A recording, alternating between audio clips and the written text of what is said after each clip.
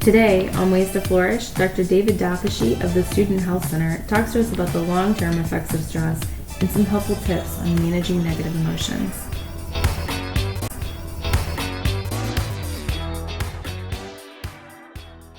You know what? You're probably the most optimistic person that I know of on this campus. Oh wow, well that is really high praise. I appreciate you saying that. I do feel very grateful for pretty much every day. I mean, I walk into work campus and I don't know. I mean, what's not to be thankful for? I just feel so grateful just to be working around this Williamsburg community. It's just and being amidst the students and the energy that a campus brings, especially our campus.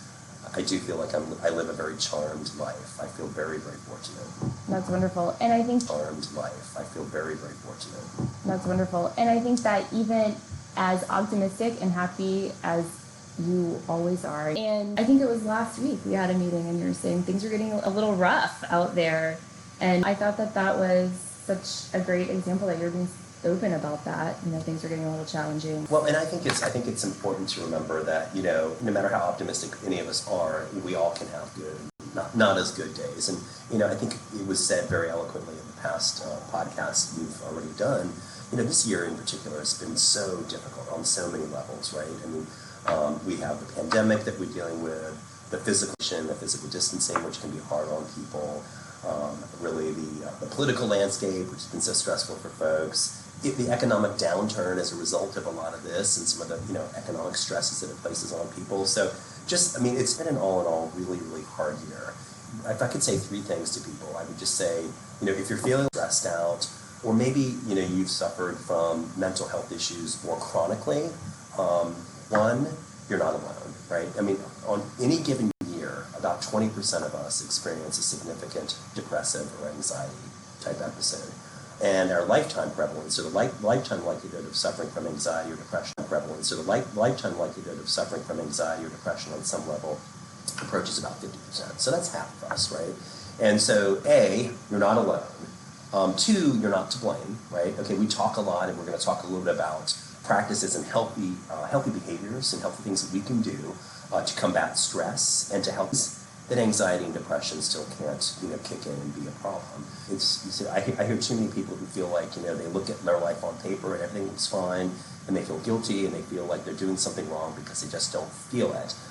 So I would just really encourage people to not take it personally or not blame themselves. And then number three, probably the most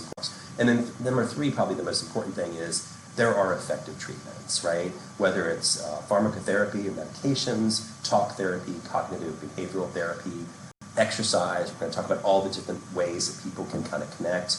If you're a spiritual person, connecting with a spiritual person, academic issues, sometimes connecting with an academic advisor, a good friend at another college. I mean, there's a lot of ways that we can tap into sources of support.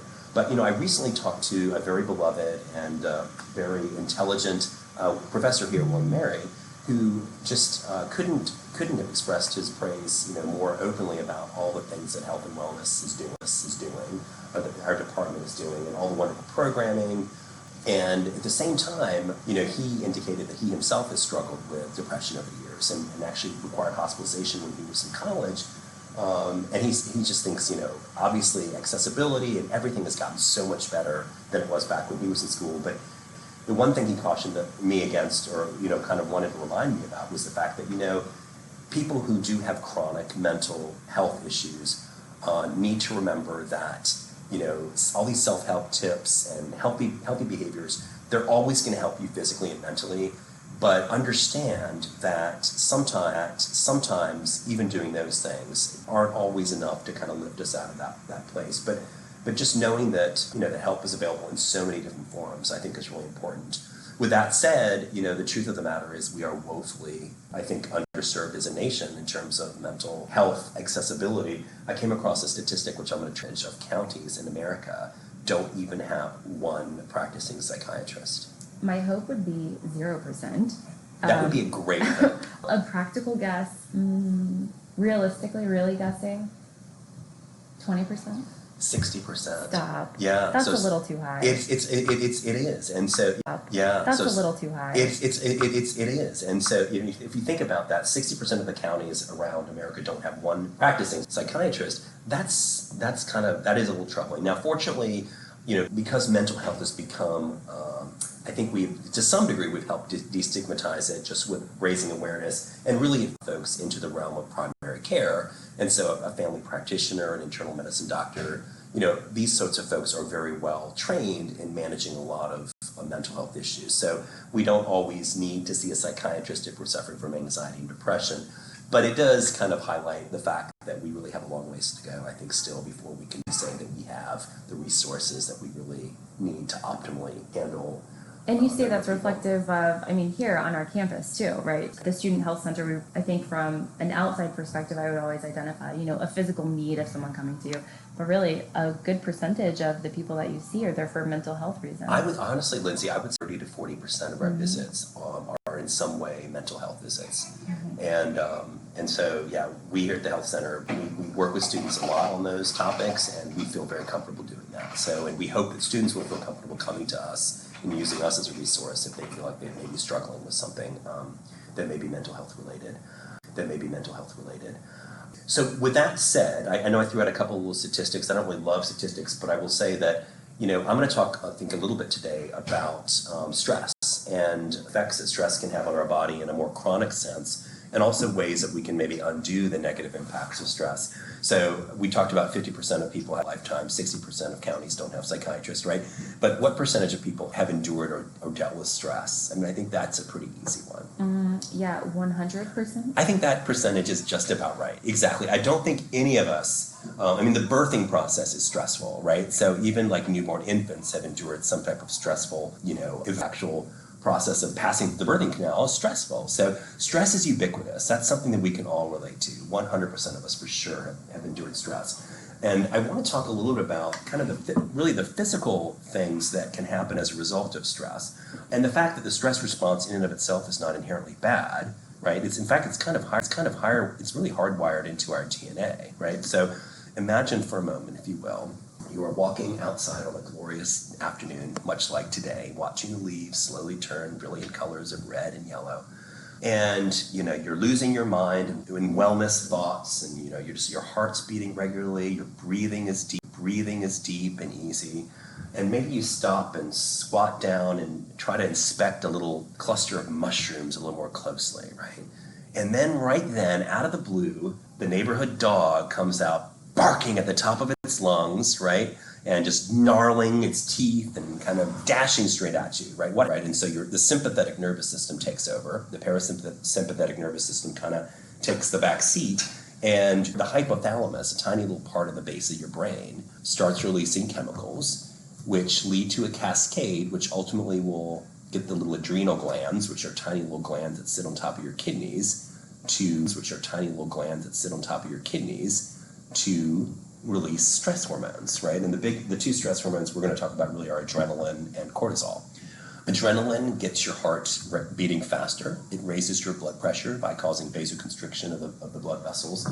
And cortisol allows glucose or the blood sugar more readily available, so it kind of inhibits insulin and increases glucose production or availability to the brain in particular. And all of that is designed, right, to get you to be able to run away from the immediate threat, right? And then, of course, typically what would happen is you realize the dog is now wagging its tail, right? It wants to be pet. It doesn't want to hurt you. It just was a little startled at first, and now it's friendly. So at that point, what happens, right? The cortisol and the adrenaline levels start to drop, and you start to return to a more baseline situation. So in and of itself, that stress response is normal and it's self-preservational. But what happens then if it just doesn't really ever quite get turned off, right? And so in 2020, we have folks that are dealing with possibly ailing family members, raising children while trying to go to school or grad program, going to school and concerned for your grades and not sure what you're really going to do with your future. You're not sure, get into graduate program. The list it goes on and on, like, right? Where does it stop, really? Where does it, right? And like I said, we've got the pandemic, we've got just so many things that are on our plate, and we live in a state of constant stress. And so what does it mean when that cortisol and that adrenaline surge just never really goes away, what happens? Well, it's because you're redirecting the energy towards things that are more immediately beneficial, but in the long term, it suppresses the immune system, right? It can be taxing on the cardiovascular system. Do you know when most heart attacks happen and why that is? I think my guess is first thing in the morning. Right, you're absolutely right. Most heart attacks happen between 4 a.m. and 10 a.m. Yeah. So, and the reason for that is the cortisol levels are highest around 7 o'clock in the morning, 7 to 8 Is it a.m. because you're waking up and realizing what you have to go and do throughout your day? Could be. Now, yeah, well, it has to do with just sort of the diurnal rhythms. If you end up sort of working night shifts and you kind of sleep during the day, you can move that around, right? But for most people who do sleep during the night, your cortisol levels are highest around 7, 8 a.m. And that's why we actually have people come in for 8 a.m. cortisols when we're looking for certain conditions. So a couple things just to jump right out. So, the fact that cortisol levels are more chronically up in people that are chronically stressed means their blood factors in cardiovascular risk. So heart attacks, strokes, right, are going to be much more common in somebody who is chronically stressed. Diabetes is more common because, again, high cortisol levels inhibit the body's ability to utilize insulin, and blood sugar levels rise. Also leads to weight gain, which then can be a little bit of a vicious cycle. Levels rise. Also leads to weight gain, which then can be a little bit of a vicious cycle. But, certainly cardiovascular problems, digestive difficulties, because stress diverts blood flow away from the digestive tract. So a lot of times people complain of digestive issues. Not to mention, obviously mood disorders and just, so it's really important that we figure out, how we can, mitigate or blunt this stress hormone response. And the truth is we really can't always change our situation. We can't really eliminate the stressors. What we can do instead is modify how we respond to them, right? And, this isn't rocket science, and I know that I listened with a lot of interest to both Kelly Crace's and Eric's podcast. I almost fell asleep in Eric's, and that's a good thing, right? I felt like I was melting into the ground, into the molten core of the earth, as he put it. But there's a lot of things that you can control, and we know that natural endorphins, and vasodilation happens when you exercise, right? So you hear about that runners or exercisers high. And that is because you are burning that adrenaline off. You're kind of burning that cortisol off, and you are replacing it with anxiety medications are. So in a sense, it's sort of the exercise itself is a little bit of an antidepressant, anti-anxiety medicine without taking the medicine. And of course, the other thing about exercise is that in the long term, it just increases your vagal tone. It's going to slow down your heart rate, lower your blood pressure, improve your body's utilization of glucose, so that improve your body's utilization of glucose, so that will make diabetes and other chronic illnesses less likely. Another thing that happens when your stress levels are up is, interestingly, since we're talking about COVID and the pandemic, is that your immune system actually is suppressed. Because when a dog is coming at you, your immune system is not really that imminently necessary, right? But in the long term, it certainly is, right? And if you're chronically stressed, we know that your ability to fight off viral infections like COVID or the flu is going to be diminished, and even your body's ability to deal with free radicals and things that can cause cancers, it's going to be more of a problem. So again, getting back to the importance of really trying to engage in activities which will increase endorphin-like hormones and decrease the stress hormones like cortisol and adrenaline. Exercise is a huge one, and it does not have to be anything incredibly intense. Exercise can be overdone, but I think, the 4 hours in the gym, or it doesn't have to be a 10-mile run. Doing something physically, aerobically challenging for 20 to 30 minutes, more days than not, so 4 days a week, is really all that it takes. That could be a walk outside, it could be a ride on your bike, swim at the pool.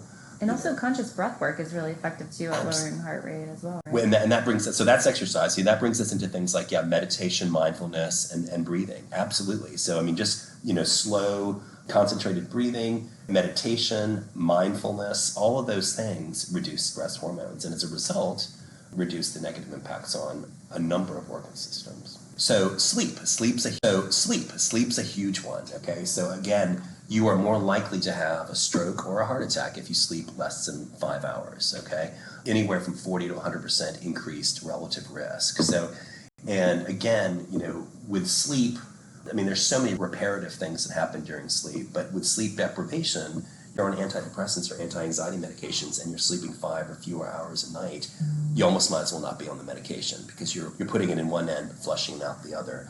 So is it anything over 5, or does everyone have their own range that's ideal, or are we? I mean, we always hear like the 8. What is the real? 7 right now, and they've kind of. We always hear like the 8. What is the real? 7 right now, and they've kind of adjusted things recently. But 7 to 9 hours is considered a good range. Now with that said, there are obviously some people that say, hey, you know what? I've always slept 6.5 hours, and I've always felt good with that.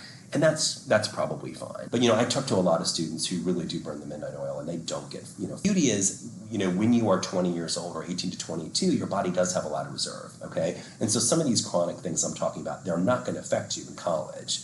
But, the bottom line is a lot of the habits that you develop here, you're going to take into your adult life.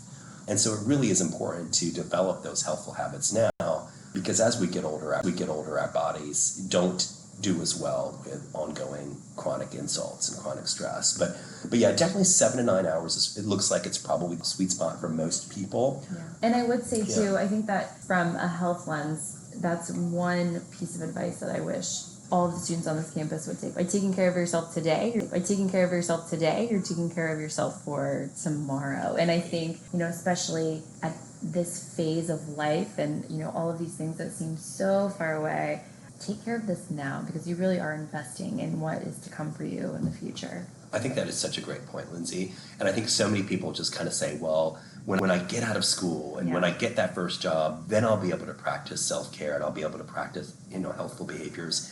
And that sort of thinking, I think, unfortunately, just galvanizes, behaviors that aren't necessarily the most healthy.